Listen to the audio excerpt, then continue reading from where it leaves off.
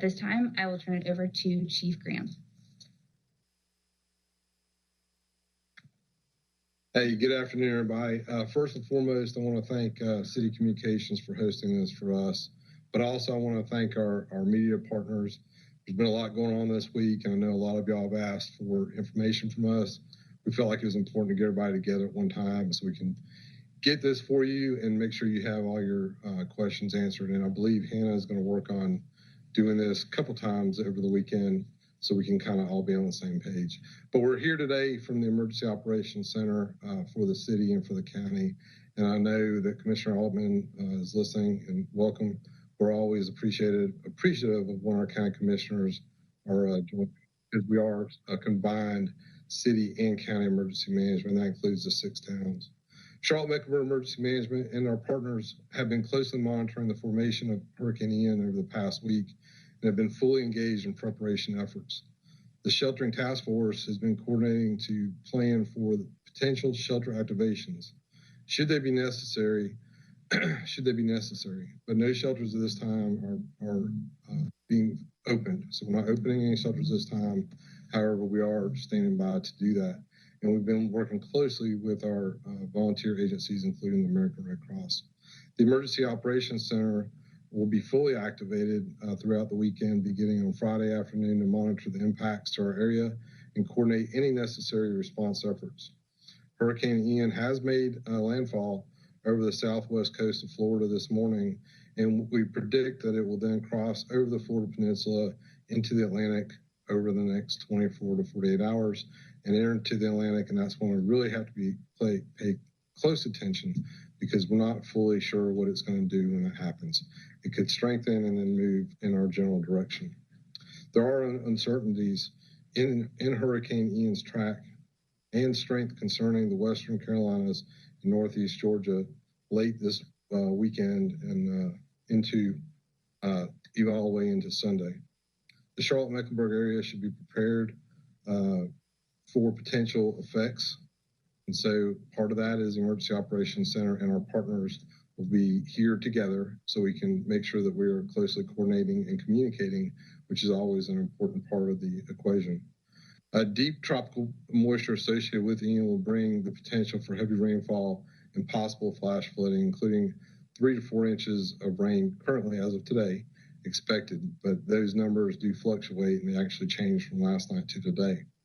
Gusty winds are forecasted for the area ahead of the storm beginning on Thursday. Be prepared for downed trees and power lines. So one of the things that we would encourage you to do, and we always stand by personal decisions that you might make, but please consider over the weekend staying home. So enjoy that time with your family, read a book, watch Netflix, whatever it is that, cook something great. We love to do that on the fire department. But please attempt to stay off the roads. That will greatly help us and emergency responders throughout the area as they respond to any impacts. Stay informed, follow National Weather Service and local media, several of which are represented here today, for updated forecast information. Charlotte-Mecklenburg Emergency Management will post regular updates to our social media feeds. And so I always encourage everybody to follow us on Twitter and other social media. But also, and this is very important, and I really would like everyone to do this, sign up for CharMec Alerts. And you can do that at charmecalerts.org, which is always a great tool for anyone in our community. Build an emergency kit with essentials, and we always preach this, for 72 hours, including food, water, flashlights, extra batteries, medication, a first aid kit, backup battery to charge electronics, and other essentials you and your family might need. Be sure to factor pets into your preparedness efforts. And I know Chief Winkles may talk about this in a little bit, but carbon monoxide is always one of the issues that we worry about. So we want to make sure that you have working carbon monoxide detectors as well as smoke detectors. But if you lose power and you end up operating around anything that gives off carbon monoxide, including generators or anything else, make sure that those are many feet away from your dwelling so we don't have any issues here in our community. So I'm going to turn it over to my good friend, Major Dave Johnson. And we have been together for a long time, but the last couple of weeks we've been together a lot as we went through the President's Cup together, which he did a great job. So Major Johnson. Chief, Good afternoon, everybody. Major Dave Johnson with the Charlotte-Mecklenburg Police Department Special Operations Bureau. We've been working very closely with our public safety partners at the fire department and emergency management, along with our city partners in CDOT and special services, to make sure that we have the proper equipment and personnel on standby and close at hand in case the need arises and this becomes a severe weather event for the Charlotte-Mecklenburg jurisdiction. Just like to reiterate what Chief Graham said about staying home. If you don't have to get out in severe weather, please don't. The fewer drivers that there are on the road are the fewer incidents that we have to respond to. And we don't want to have to come rescue you from a flooded roadway if we don't have to. So, and on to kind of reiterate that point, if you see a roadway that is covered in water, please do not attempt to drive through that. It's very hard to tell how deep that water is. And without fail, every time we have a severe rain event in Charlotte, we rescue multiple people who have made that unfortunate decision to try to drive through water that was much deeper than they suspected it was. So if you don't have to get out, stay home. If you do have to get out, avoid any roadway that's covered in water, find another route. And if you do need, certainly in an emergency situation, call 911. If there's a flooding situation, or you see a roadway that's flooded, or a creek or waterway that's flooded that needs some attention, please call 311 and your call will be routed to the appropriate personnel. Thank you. I believe I'm being followed by Deputy Chief Winkles from the Charlotte Fire Department.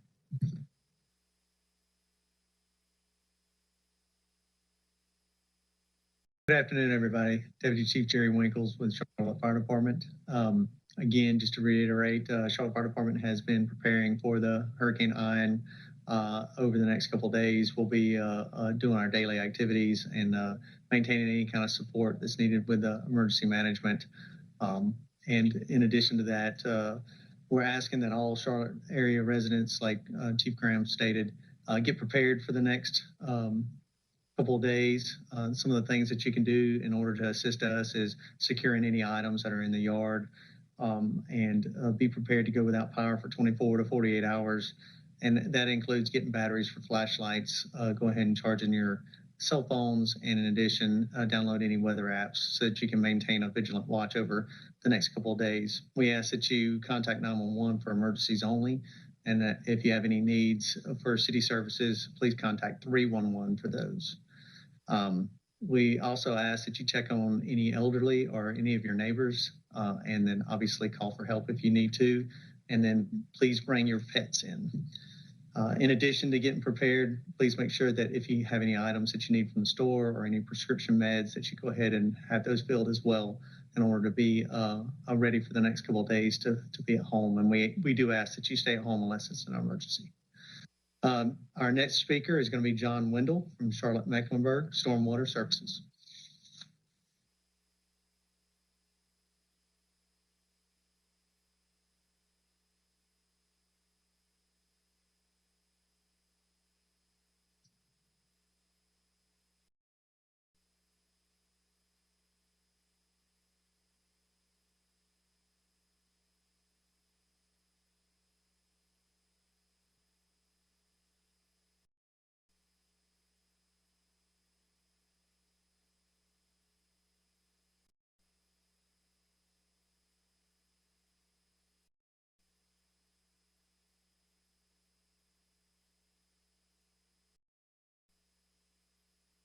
Blockages in those creeks, call 311 and we'll try to get somebody out there to clear that out.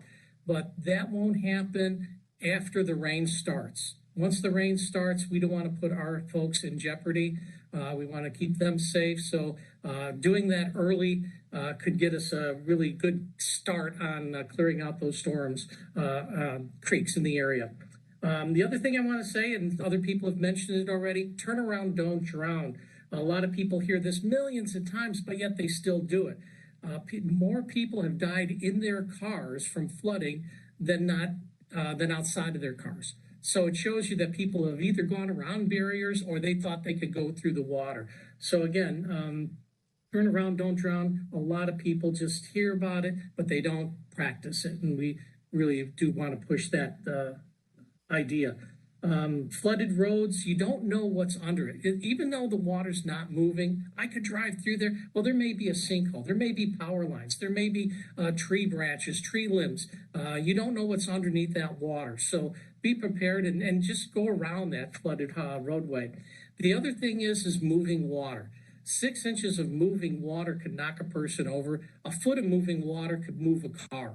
So just be prepared and think about things that you should be doing and turn around, don't drown. I know we say it a million times, but it really does work. So I'm going to toss it back to Hannah and see if we have any questions.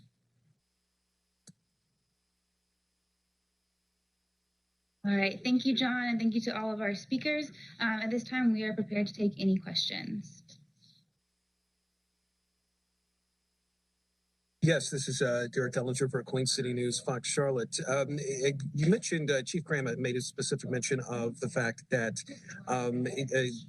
we could be seeing potentially 3 to 4 inches of rain and gusty winds as early as Thursday. Are there any indications really as far as what people should at least expect? Is that the least of what people should expect once this storm system comes into the area?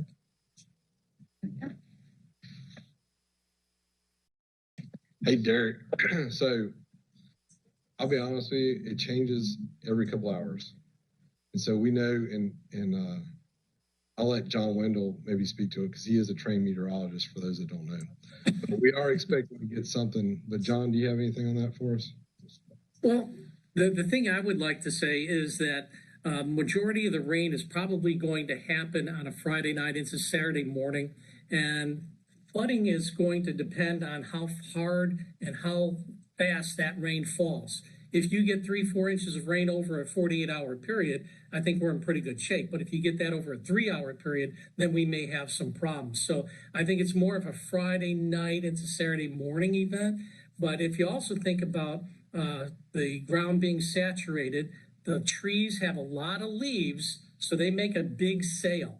And so there could be quite a few trees down. Even if you only get like a 30-mile-an-hour wind, that could cause some problems. So I think those two things, the flood risk and then the trees down, will be the biggest issues around here. Yeah. And Derek, if you've never heard me say this, I'll say it again because it's important. We plan for not the worst case scenario, absolute worst, but we plan heavy.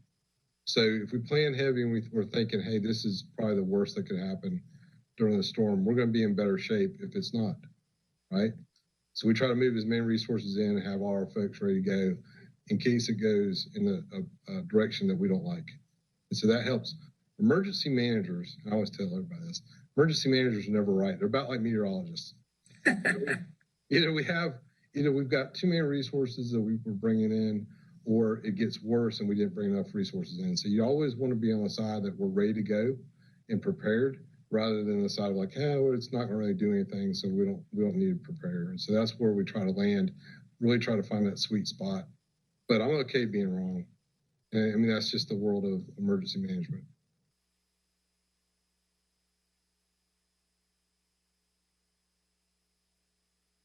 We got the next question. Do we have any more questions, Lawrence? I'm not seeing any additional hands raised at this time. Looks like we have Courtney Davis from Spectrum. Hello, this is Courtney Davis with Spectrum News. Because this storm is in Florida, I know you were just talking about that preparedness. There is a long track until it's going to hit here in North Carolina. But why is it so important if people are looking at this right now thinking that it's going to kind of dissipate by the time it gets to us? I mean, how serious could it still get once it hits Charlotte? We don't know the answer to that. We know it after it's over. After it's over, we can go back and say, hey, this is what happened. Hugo, and John, you can speak to this. I've got a picture of the satellite image in the other room of Hurricane Hugo. And I personally, during Hurricane Ivan, right after Francis, if you remember that a few years ago, and I always tell this story too because it's a good one. But my neighbor was killed. And they were calling for 50-mile-an-hour winds where my family lives in Henderson County. And we ended up with 100-mile-an-hour winds. And so that's what I mean, Mike. You've always got to be prepared for what it could do, not necessarily and hope for the best. And if you do that, you're going to be on the right side. I feel that we'll be better off. But we are keeping a close eye on this, as we encourage all of our folks out there to do. Of course, we're at work today, and so I probably had a better understanding really of everything that's going on before I came to work. And now we've been working all day on trying to keep an eye on the storm and see what's going on. But we're closely, as we look and analyze each time the National Weather Service sends us something out, there are changes. And so we'll be keeping an eye on it all the way as it enters into Charlotte and then exits out.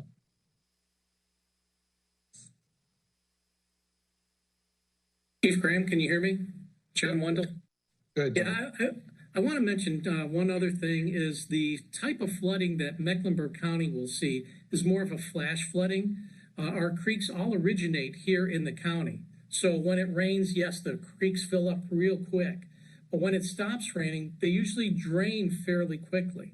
Now on the Catawba River, that gets most of this rain from the mountains and foothills, it may take another day or two before that water comes down. So even though, say, Sunday morning we wake up and most of the rain is gone, well, we still have to be concerned about flooding along the Catawba River, maybe for another day or two after that, just because where they're getting their water from. Yeah, and that's exactly right. And we work very closely with Duke Energy, but we do use the Duke Energy app, and we're talking to them all the time. But on the Catawba River chain, you are absolutely right. It's not today, and it's not even what happened in Charlotte or Mecklenburg County.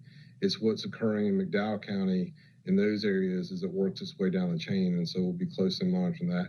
And of course, all of you remember the flooding that we had on Riverside Drive.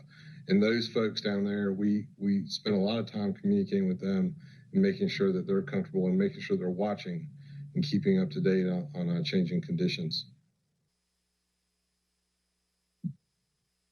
We have a question from Michaela Holder. Hi, my name is Michaela Holder. I'm with the Charlotte Observer. And I was just calling and wanted to know if you guys had been in touch with any of the big power managements in Charlotte to sort of figure out what's going to happen if a lot of power goes out, especially if there is a horrible amount of flooding and they're not able to get out.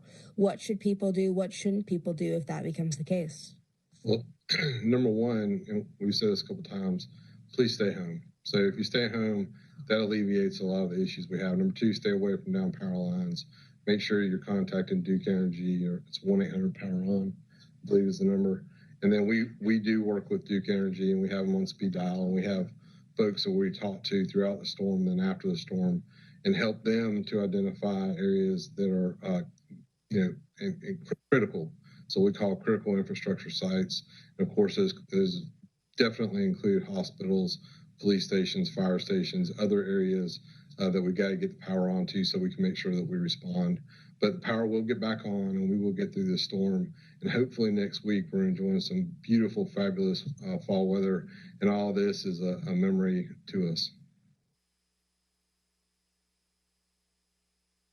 Chief Graham, John Wendell again.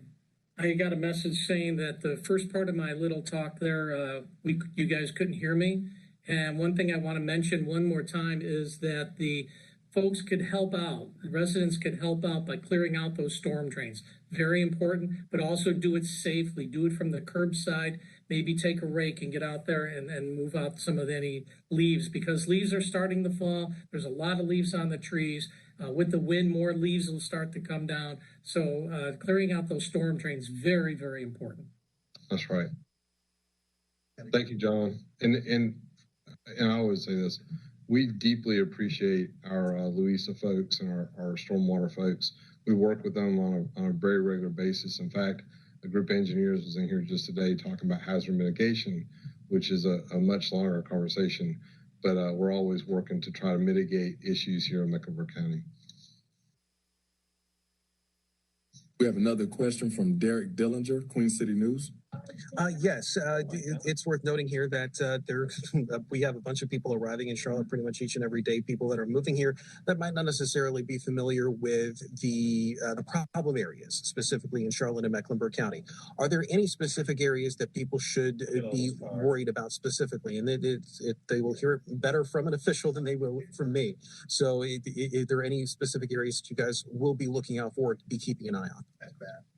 Well, I have an opinion on that, but I'm going to let John speak to that because he comes from stormwater. So, John.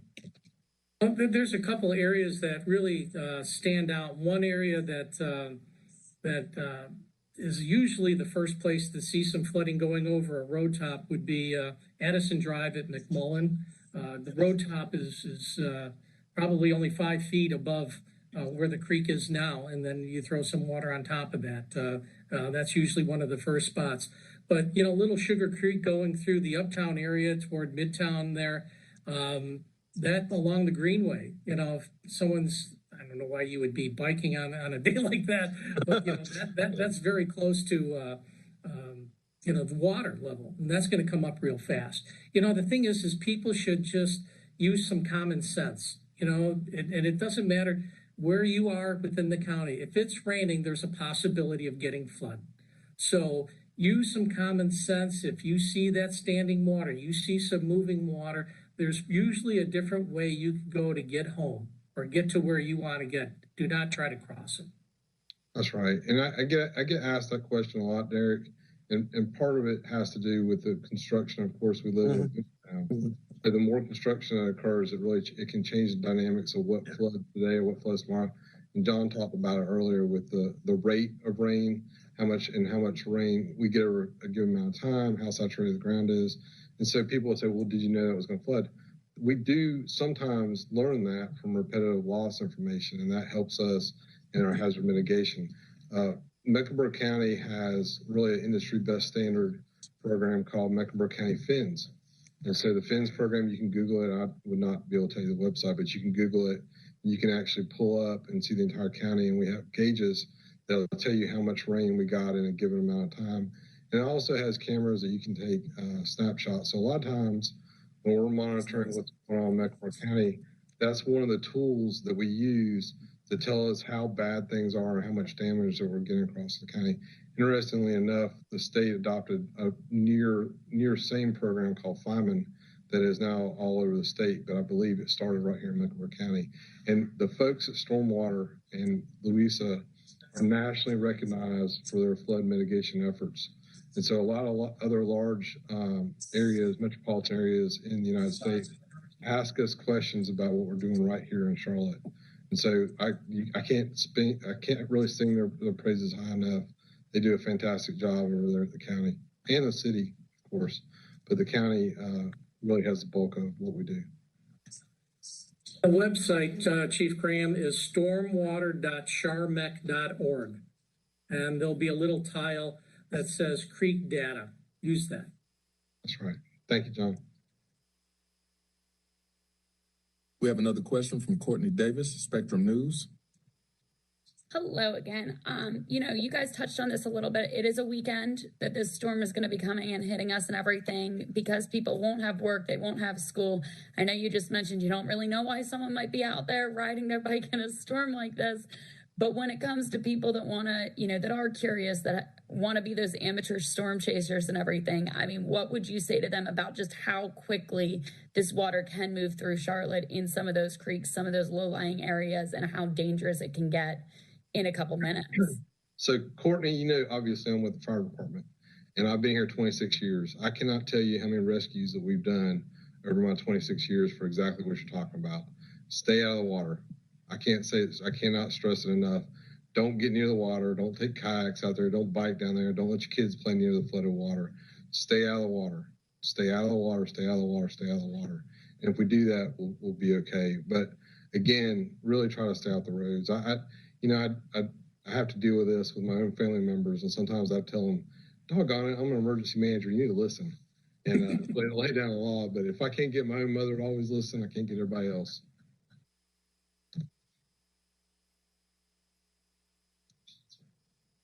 We don't have any further questions in the chat. So at this time, if any of our media partners would like to request a clean copy of this recording, please send an email to lawrence.corley@charlottenc.gov. Again, that's lawrence.corley@charlottenc.gov. Thanks again, everyone, for joining us, and stay tuned as we provide future updates.